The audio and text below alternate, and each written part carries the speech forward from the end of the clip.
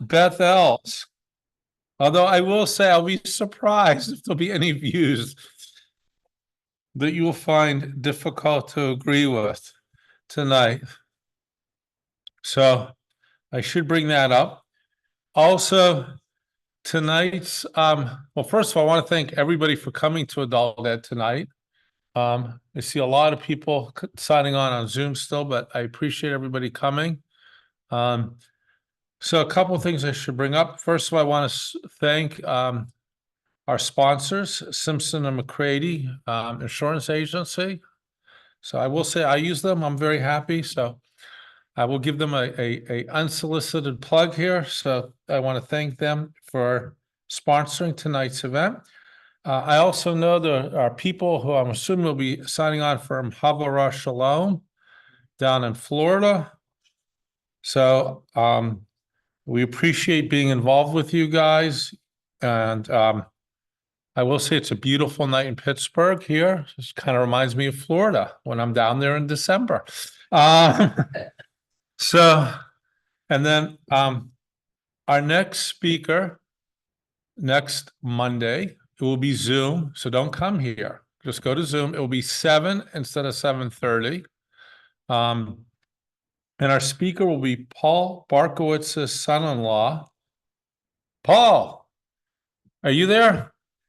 All right. Can you please? I'm going to get your son-in-law's name wrong. It's let's see if he says Baron Leroy. Right. Okay, let's see. Paul, what's your son-in-law's name? You pronounced it better than I could, Rabbi. Oh, all right. Baron Leroy. Yeah, there. So, Paul, do you refer to him as what's his name then? I stick with Baden, and that works fine. So we've had speakers from many places in the world, but this will be our first time we're having a speaker from Holland. Great country. I really like Holland, by the way. In fact, I think our family should go there for our next vacation, Adam. It's 7 o'clock here. Like later there. Yes. So he's going to be talking about the ethics of artificial intelligence. Again, that'll be on Zoom at 7 p.m. And now to introduce our speaker, I have chosen my fine young son to come up. I have nothing more to say, as amazing as it sounds. Oh, yeah, I actually did expect you to say that. Surprised right now. Are we ready? Yes. Okay. I think many times whenever we think of history, we think of a finite starting point and a finite ending point. Think about, for example, I love touring battlefields with my father, and we constantly, oh, the battle started this day, it ended this day, here are all the events that happened, the end. We rarely look at the context, but more importantly, what are the results? What are the ramifications of what has happened? In the context of the Holocaust, it's very easy to start the conversation specifically with Kristallnacht and end it with May of 1945, whenever the Germans were surrendering in various regions. However, that does not mean that Jews had their suffering end specifically in May of 1945. It's not as though people suddenly woke up, smiled, and started leaping around with joy. No. Moreover, is that this left people with homes destroyed, businesses in shambles, and communities torn apart. So what you will hear tonight is the story about moving on from war. How do people eventually resettle? And moreover, in a more modern context, or I should say relating to more modern events, you'll hear about what it's like to be a refugee. And it's easy to hear in the news on both sides, arguments that are very fiery on this topic. In fact, Europe today still is grappling with these issues. So I hope you'll find some modern parallels of things, but also an appreciation for the past in the discussion and lecture that you'll hear from my grandmother.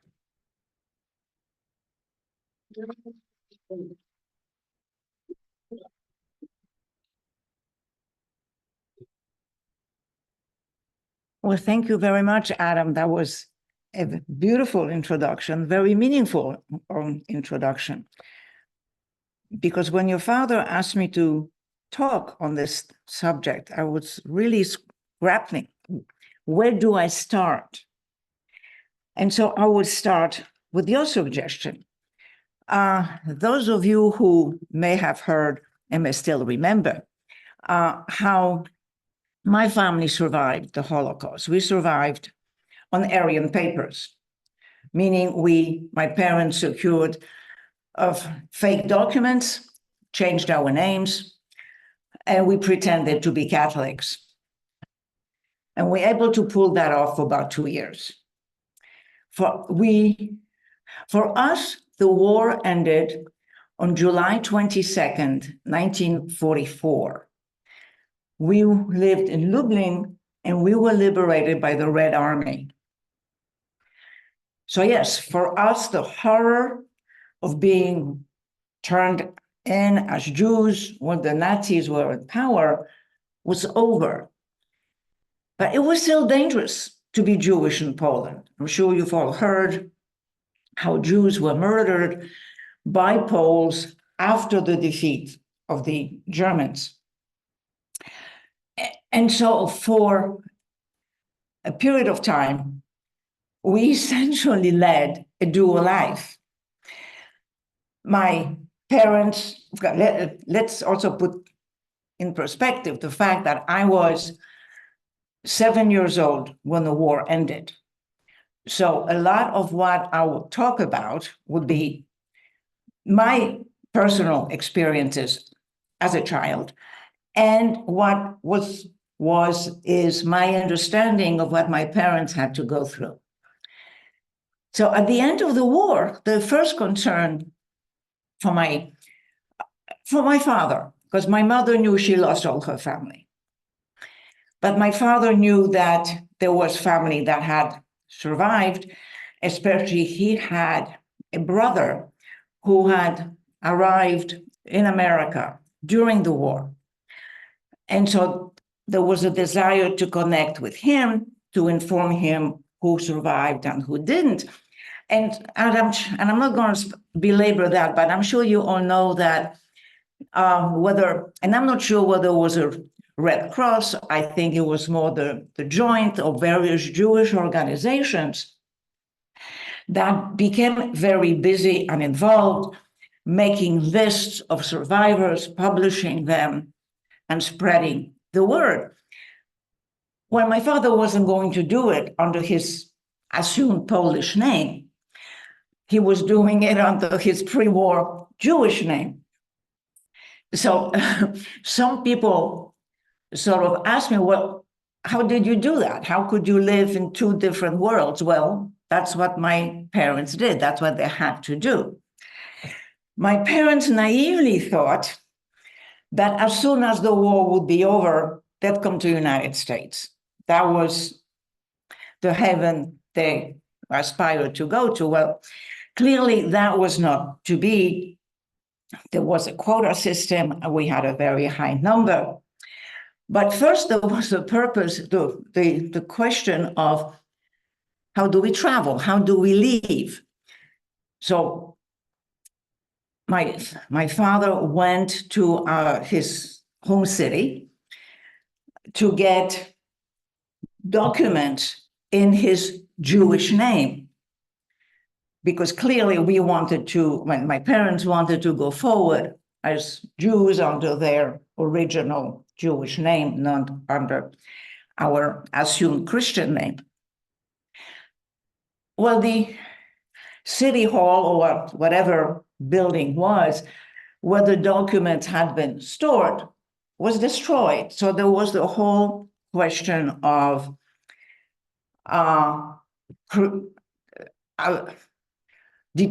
asserting our identity, and that was done by finding other survivors who had known my parents before the war, who testified, yes, this is who he is, blah, blah, blah, blah, blah, blah. Okay, so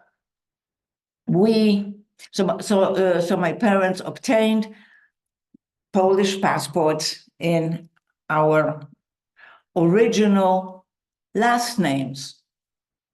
My mother was so scarred by the war that she would not allow any of us who had Jewish first names to reassume them.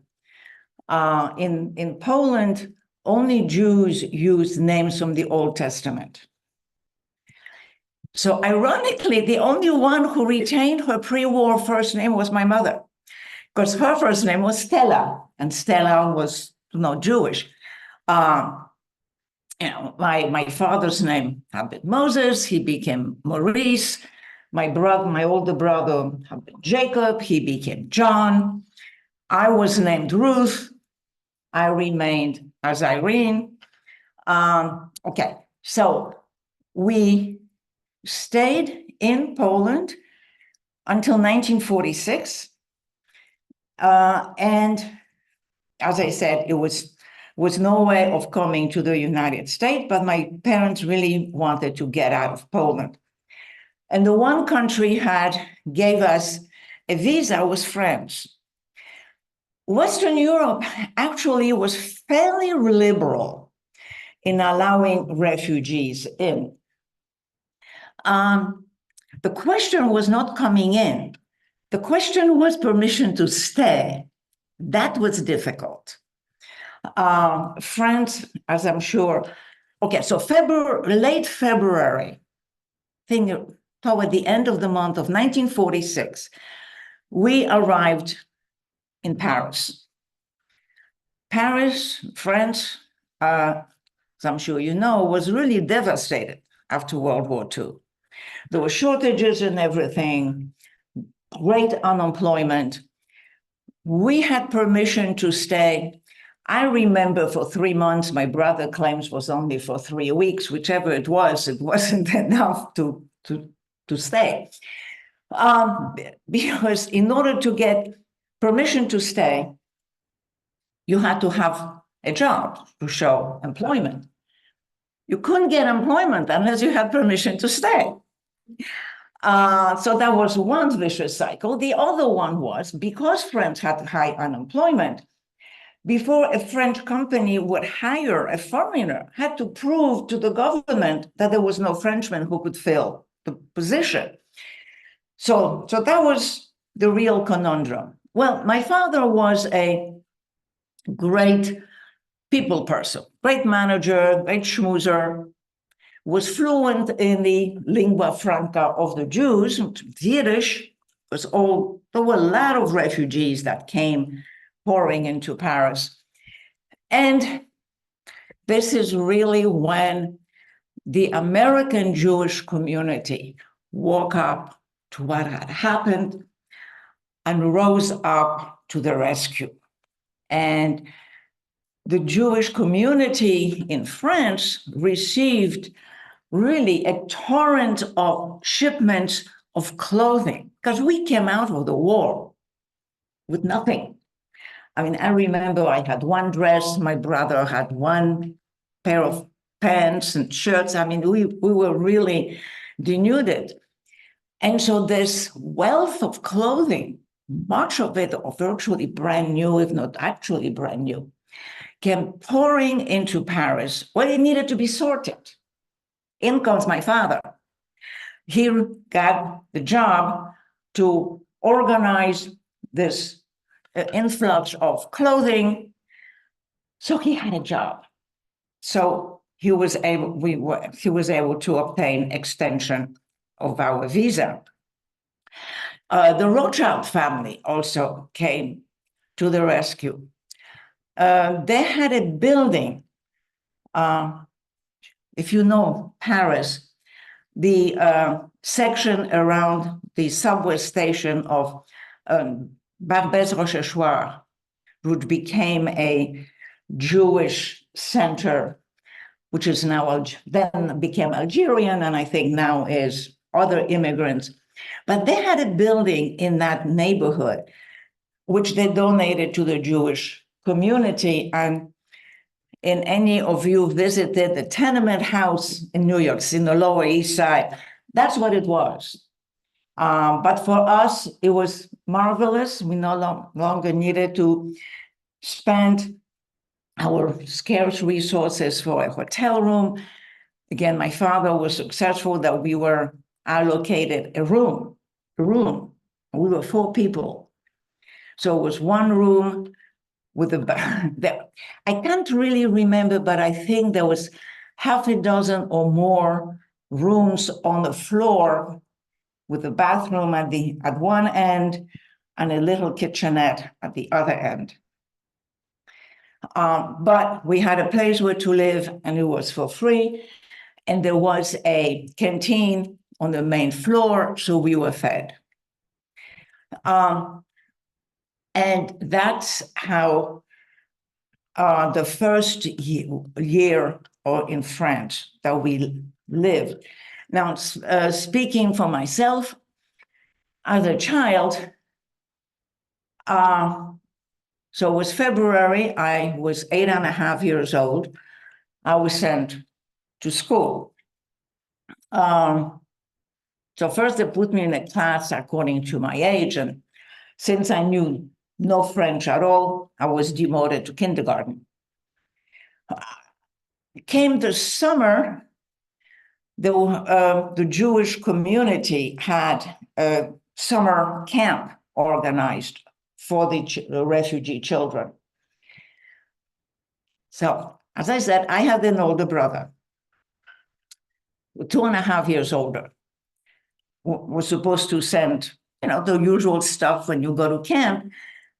My parents had only 2 suitcases, a larger one and a smaller one. So my mother packed all our clothes with my brothers and mine in the bigger suitcase. As the boy, he was going to carry it. And in the smaller suitcase, well, food was scarce. She put the food in my suitcase. We arrived at the camp. My brother is 50 kilometers away from me. And we are told, well, okay, go take showers, clean up, change your clothes. Can't very well wear a baguette sandwich. So what do I do? What does a child do in such a situation? I cried. Exactly, I cried. Well, they found a nurse who spoke Polish, because my French was still very rudimentary. And I explained my dilemma, where somebody lent me their clothes. They contacted my brother. Okay, I got my clothes back. But by the end of the summer, I came back, I was speaking French. And from then on, I would not speak Polish. My parents spoke to me in Polish, I answered in French. That was going to be everything going forward. Now, the other thing that the Jewish community, I think it's the Jewish community that arranged that, was an organization which we knew as OSE, which was Œuvre Sociale pour Enfants, and so children's social works, which essentially was a health clinic. That's where we went for doctor's visits, for treatment. And the one thing that I particularly remember is that, I don't know whether it's still this way, but in my days in France, there was no school on Thursday. We had school on Saturday, but no school on Thursday. In other words, they broke up the week. So every Thursday, my brother and I would go to the OSE office, and we would get a can of American condensed milk. And that we cherished and sipped for the week. And every Thursday we would go and we would get another can. Now, speaking about food, food obviously was still quite rationed. And I must give due to the French. They were very liberal and egalitarian. My brother and I qualified for the same food rations as every French child. Now, we were grouped by age, and according to our age, we were allocated a certain amount of milk and butter, and whatever the basics were. But there was no discrimination between the refugees and their local population. One little, just was an interesting thing. French was short on grain for obvious reasons. Well, America came to the rescue. Point is, the French, when they speak grain, they mean wheat. When America speaks of grain, it thinks of corn. And so United States sent tons of corn to the French. And I remember being perplexed. Why are these baguettes suddenly yellow? And I sort of discovered that some elderly people had difficulty digesting it, and it was quite a conundrum for them. My brother and I went to school. We both became very proficient in French, and being as young as we were, we picked up the language without any accent, so that very shortly after our arrival, we could pass off as French, to the point that when my father visited my teacher once I was in high school already, a parent-teacher conference, she was amazed at, my father spoke French, but clearly with a very heavy accent, that I was a foreigner. So we stayed in France for 6 years. Our quota for the US had come through about, I think, a year or a year and a half earlier. Well, by that time, my parents were settled. My father had started a business. They did not follow up the notice that we were ready to go on with our application until the Korean War broke out. When the Korean War broke out, okay, I should step back for a little bit. My younger brother was born in Paris. And on the basis of that, my father thought that we would qualify for citizenship. But that was not to be. The French were quite willing to allow us to stay, but they were not ready to give us citizenship. And twice, my father's demand was turned down and said, try a couple of years later. The nuisance of having to renew our visas every 3 months was really beginning to wear, and it was getting more and more difficult. And the solution was to become stateless, to give up our Polish citizenship based on the prevailing political regime in Poland and become a member of IRO, the International Relief Organization of the United Nations.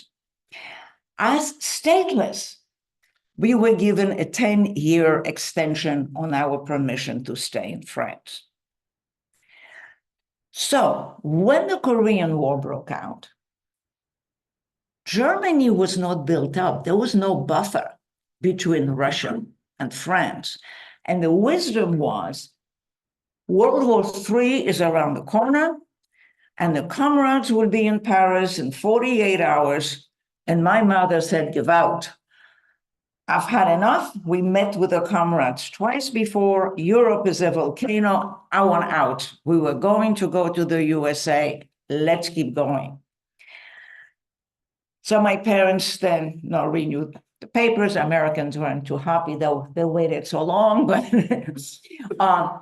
January 1952, we arrived in the United States. And so began the next phase of being a refugee. Very different. Very different. And now I would speak primarily, I think, as a teenager. Now, in January 1952, I was 14 and a half years old. I was perfectly adjusted in French. I was fluent in French. I had my friends. I had my life. We had a pretty good life in Paris. The experience of arriving in Paris in 46 was not drastic. The only real difference besides linguistic was that we were not afraid to be Jewish, okay, as opposed to being afraid of being Jewish in Poland. everybody was poor. Everybody went through an occupation.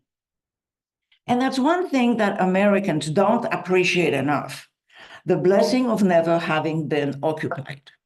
There is something when a foreign force has power over you. Yeah.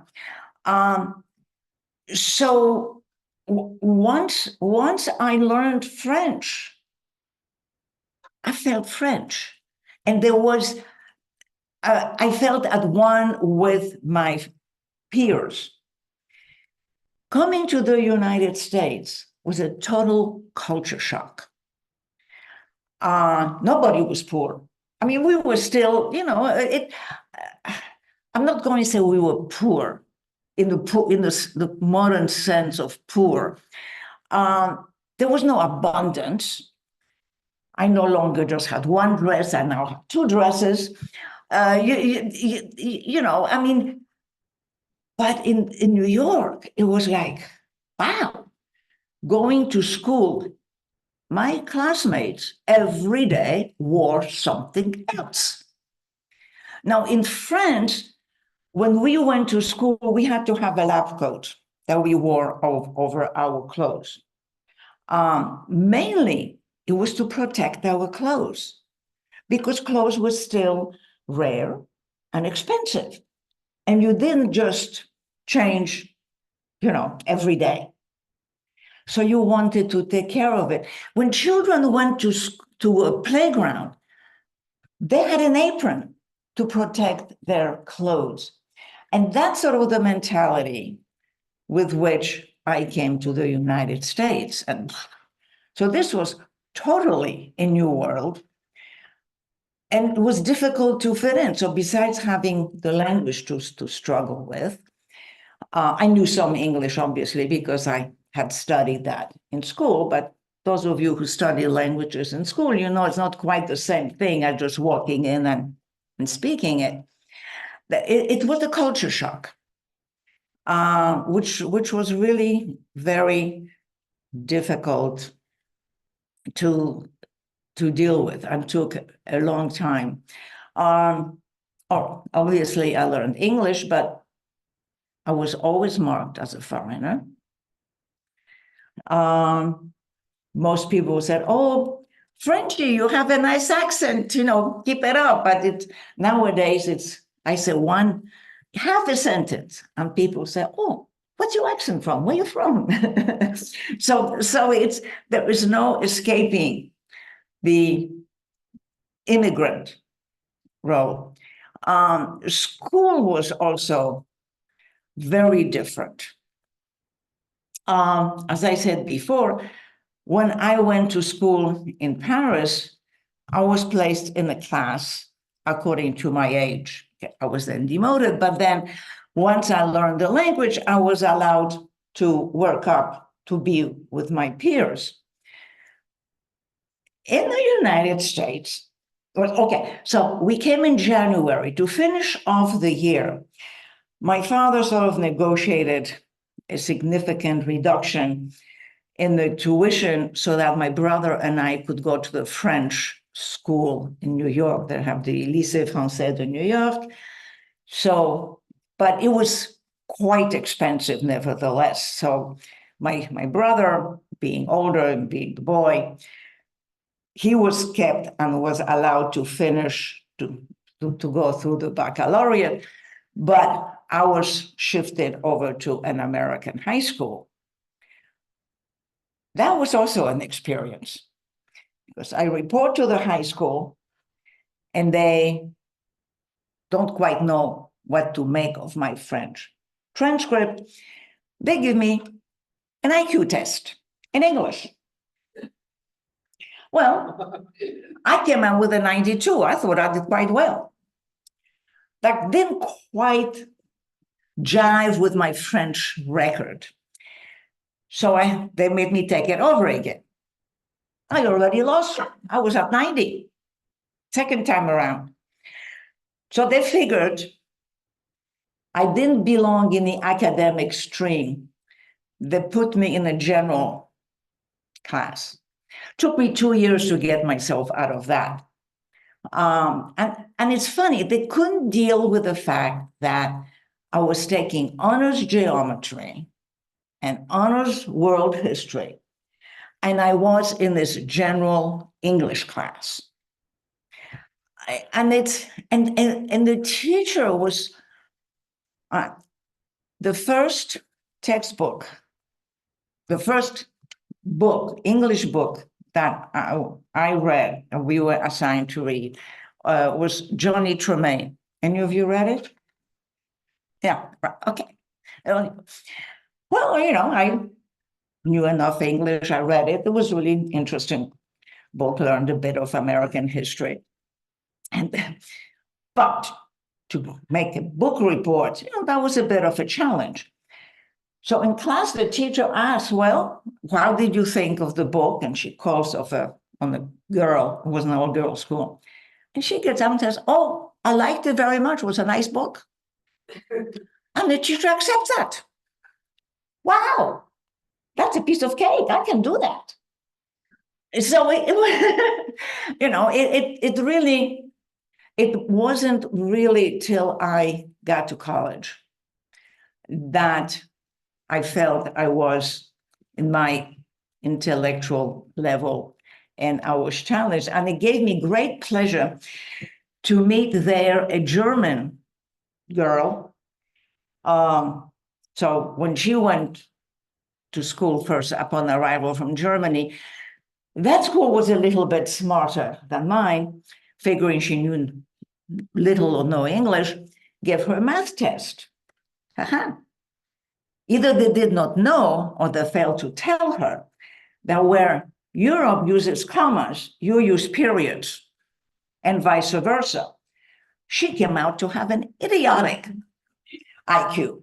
So it took her comparable, So these are the kind of challenges that certainly we were confronted with. I don't know. I think things are probably more sophisticated these days. Teachers are more worldly and what have you.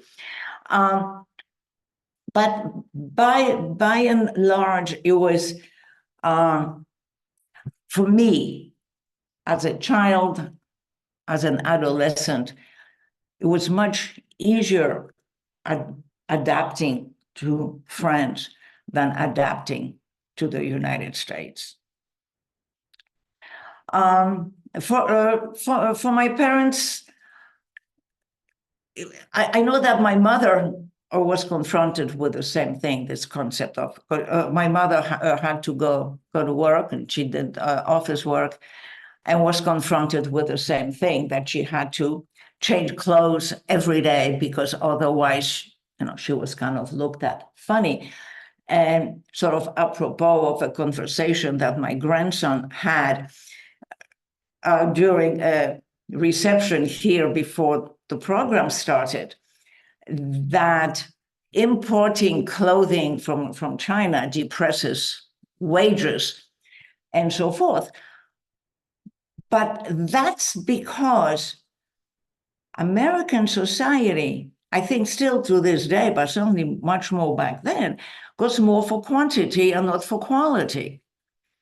It's more important to have more T-shirts and more of everything than to have fewer. Take good care of them. The good quality, the last.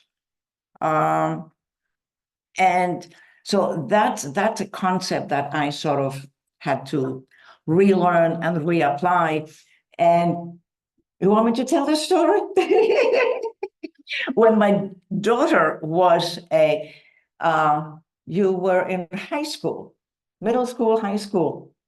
It was the period where everybody wanted to have the little alligator shirts. And I looked at the price and I said, come on, I can go to Sears and buy these shirts and it's the same thing. You don't need to have the little alligator.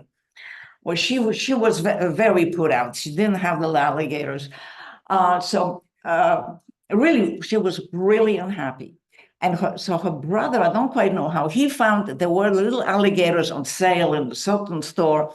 The price wasn't that much more, okay, all right, fine. And I did find that the little alligator shirts washed much better than the Sears shirts, so that her younger brother could inherit them and wear them again, whereas the cheaper ones from Sears went to the garbage. So there is something to be said about higher priced, better quality, taking care of things, and learn to take care of things, cherish them, and so forth. I think I've spoken long enough, right? So let's not have some questions and whatever, be happy to address that. Get from not honors class into college? Oh, because I went to summer school to make up the English so that I did get into my level English class, and it was only in English that they held me back. In all the other classes, I took what I was capable of. Brooklyn College. Yeah. well, you know, I mean, this is,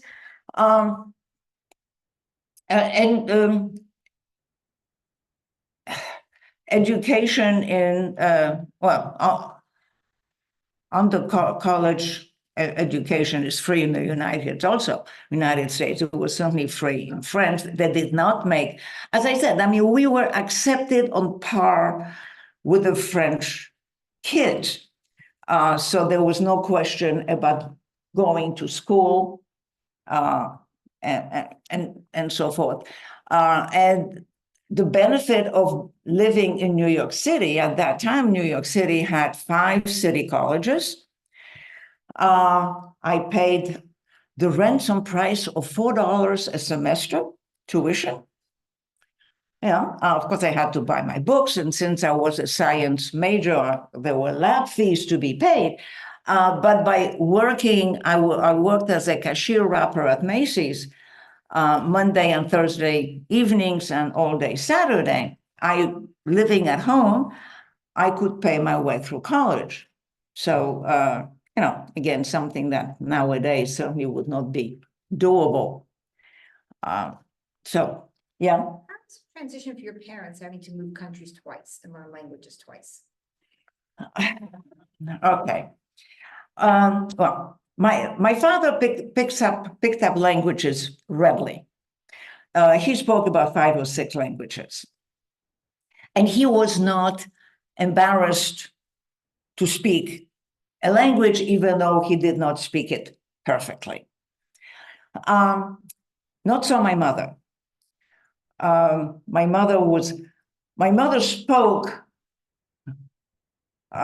German, French, and English eventually. She was never really comfortable speaking anything but Polish.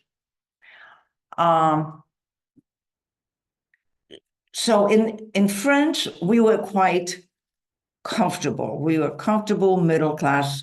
My father was able to go back to Poland twice and negotiate. Okay, before the war, his family, my grandfather, had a factory manufacturing mechanical toys.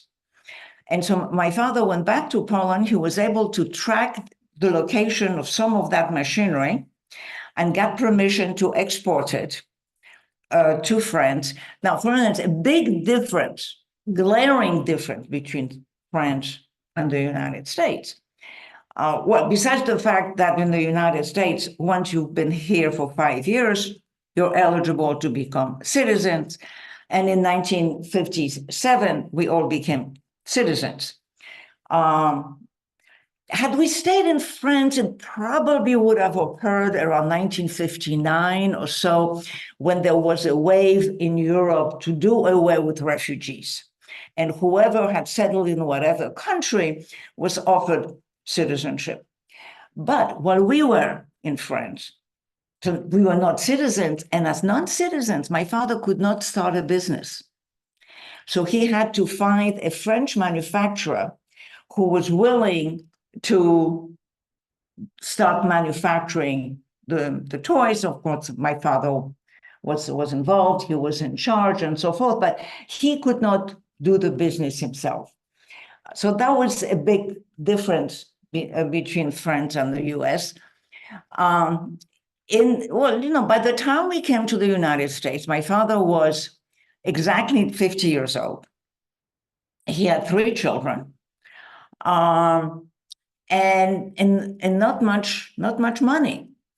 He got a job. Again, his languages came in. He entered an ad for a small export company that was exporting general merchandise, household toys, so forth, to Latin America. And the company was owned by 2 German Jews, a German and an Austrian. And so the interview was in German. And my father was tested on his ability and so forth and so on. And they said, okay, we'll give you a try. And they were very pleased. And they were very fair, because immediately the first week they paid him more than he had been hired for, because they recognized his skill. But having the responsibility of raising 3 children, he wasn't very daring in branching off into something big. And this is why, for the first time, my mother had to go to work, which she had never worked before outside of the home.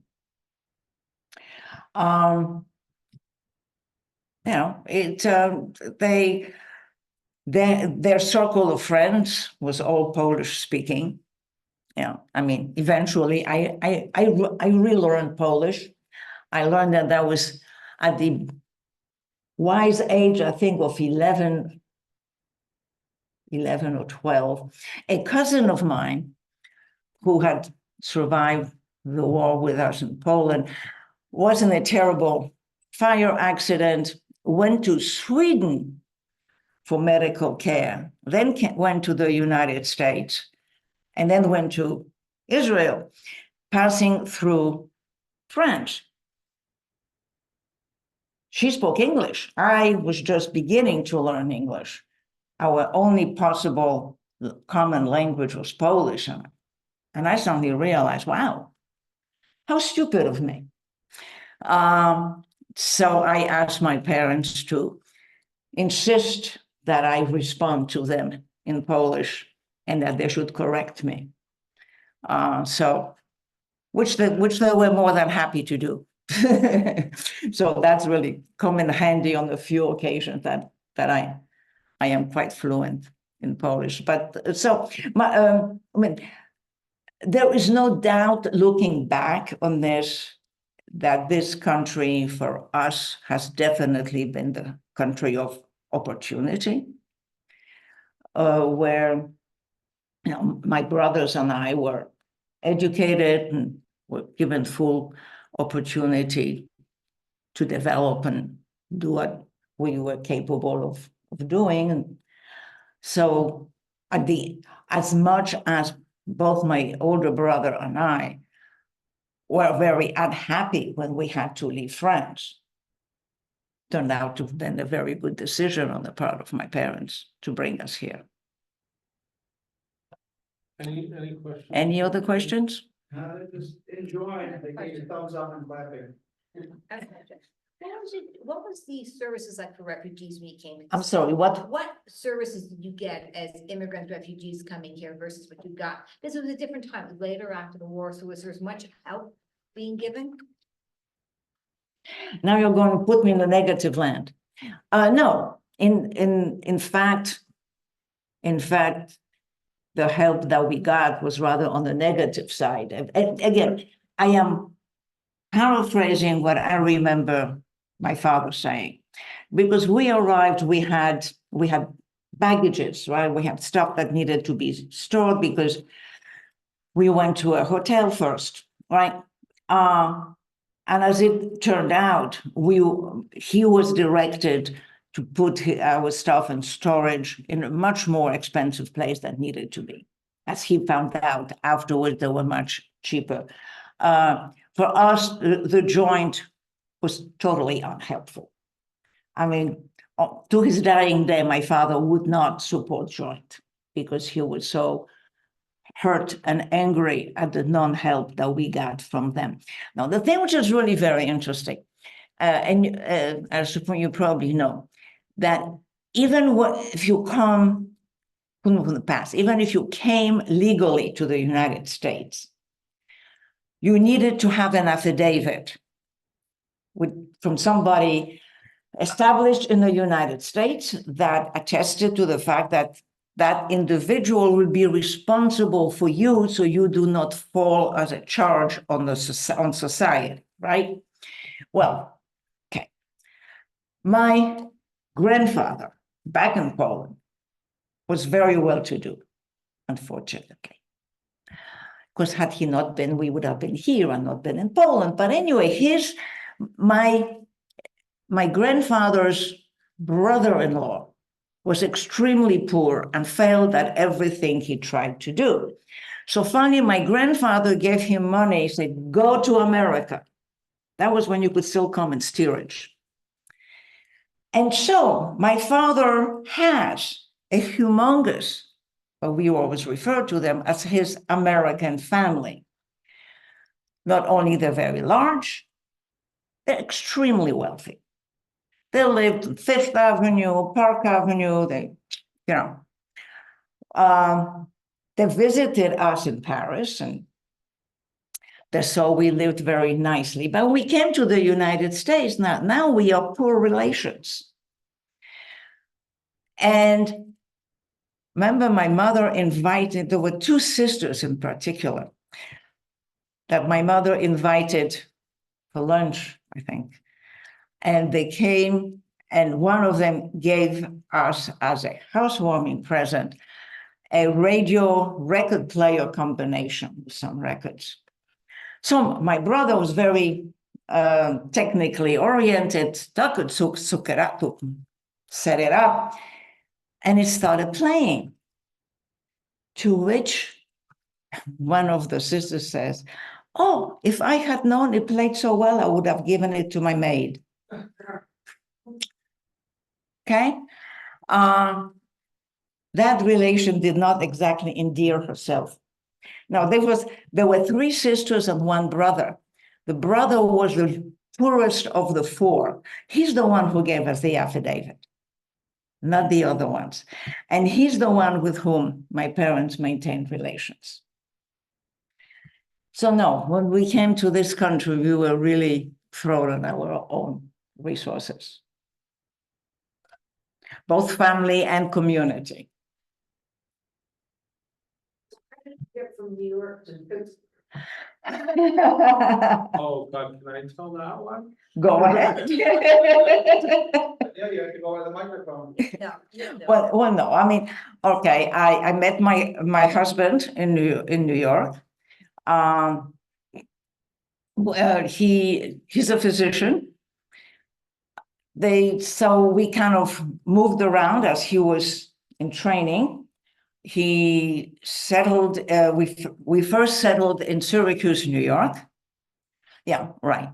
Lovely community, but very, very little sunshine. And so he decided to try private practice because he was in academic medicine, and that took us to Tulsa, but we wanted sunshine. When Tulsa, we ran into anti-Semitism. So that was a new awakening for me in the United States. And so promptly decided this is not for us either. And he was offered the job he was looking for in Pittsburgh. No, in Tulsa, it was, yeah, Adam. So you mentioned earlier, specifically in Paris, that you felt French because everybody went through devastation and you were no different than everyone else. However, with the mass influx of refugees, were there not any sort of tensions? Like I would say in modern day Europe, there are a lot of race tensions that exist in France and the banlieues. Did those exist at all?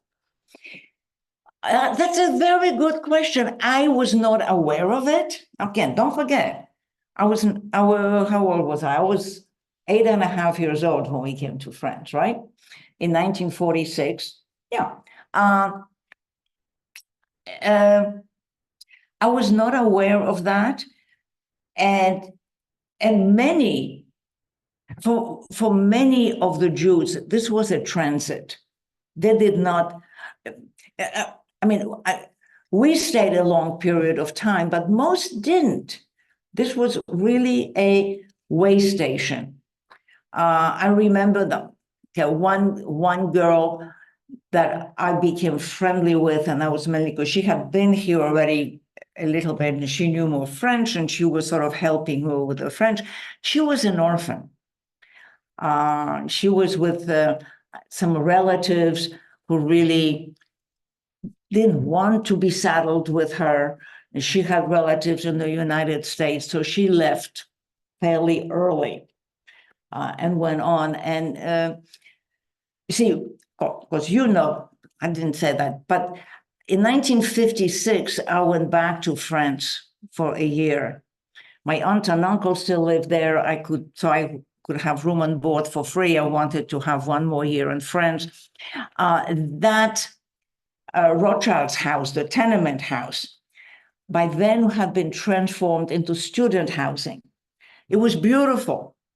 Certainly nothing like when I had lived there.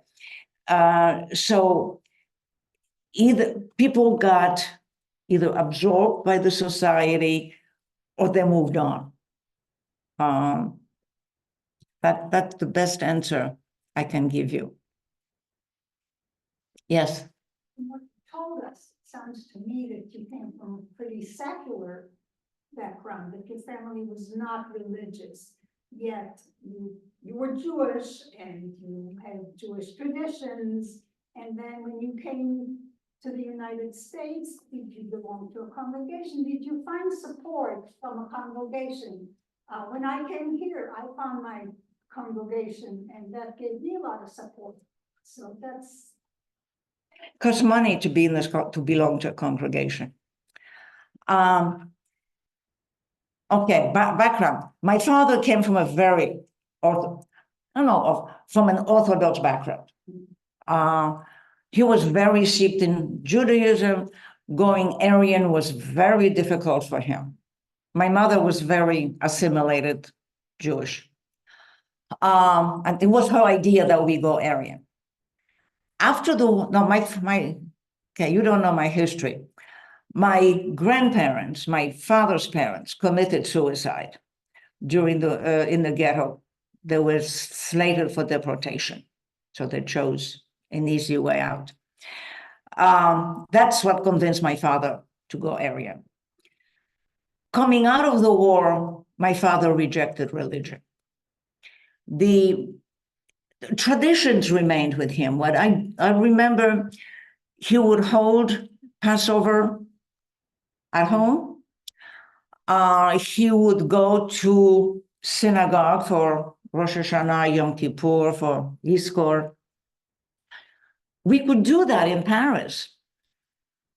In the United States, to go to a synagogue, you have to belong. My parents couldn't afford that. And I remember how outraged my father was that he had to beg to be able to go for Yizkor. In my real introduction to Judaism was in Paris, because my best friend was Jewish. And she wanted a companion, a friend, to join Girl Scouts. Now, scouting in France is organized by religion. You have the Protestant, Catholics, and you have the Jewish scouting movement. So with her, I joined the Jewish Girl Scouts of France. And that's where I started learning about Judaism.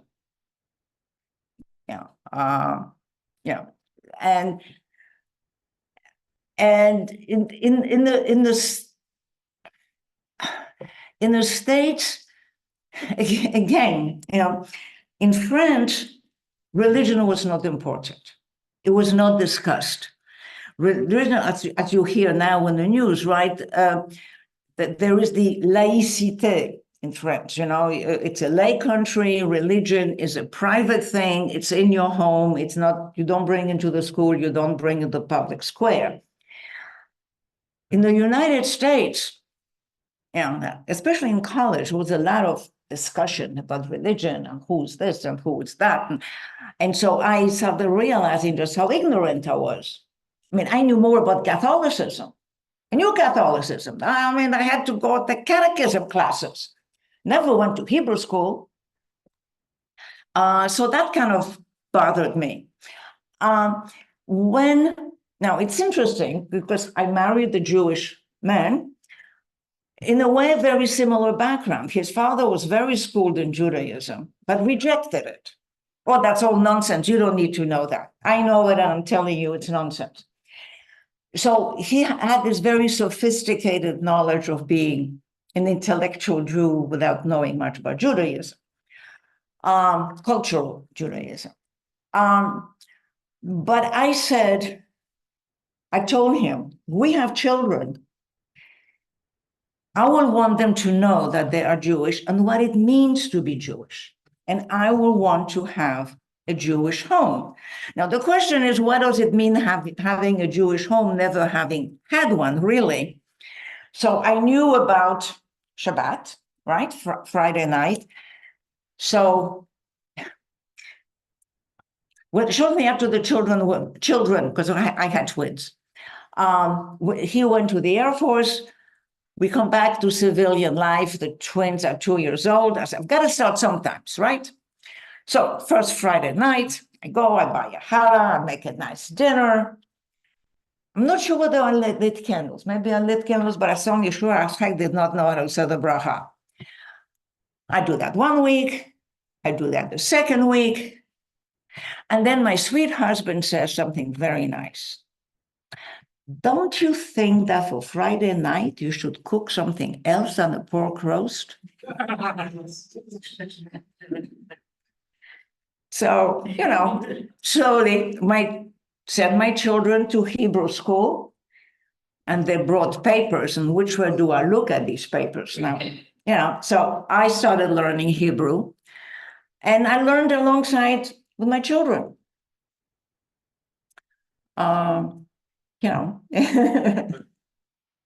Does anybody have any last questions? Take one last question. Final announcements? I don't really know, just next week is the ethics of AI. And again, remember that's going to be on Zoom. And don't come here. But once then we're going to have another speaker. And that will be back at Bethel. And there definitely was a schedule in the call, and it will definitely be showing up in the weekly announcements. But we have let's see, several speakers for fall and several speakers for winter. So we've got a good schedule lined up, and I know also for First Mondays, we got a lot of good events going on. Although Bernice kind of beat me with chocolate festival last time. But yeah, she also has many good, she and I collaborate together, and there's going to be many good speakers as well for First Mondays as well. All right, so thanks everybody. Mrs. Skolnick, thank you very much. Great.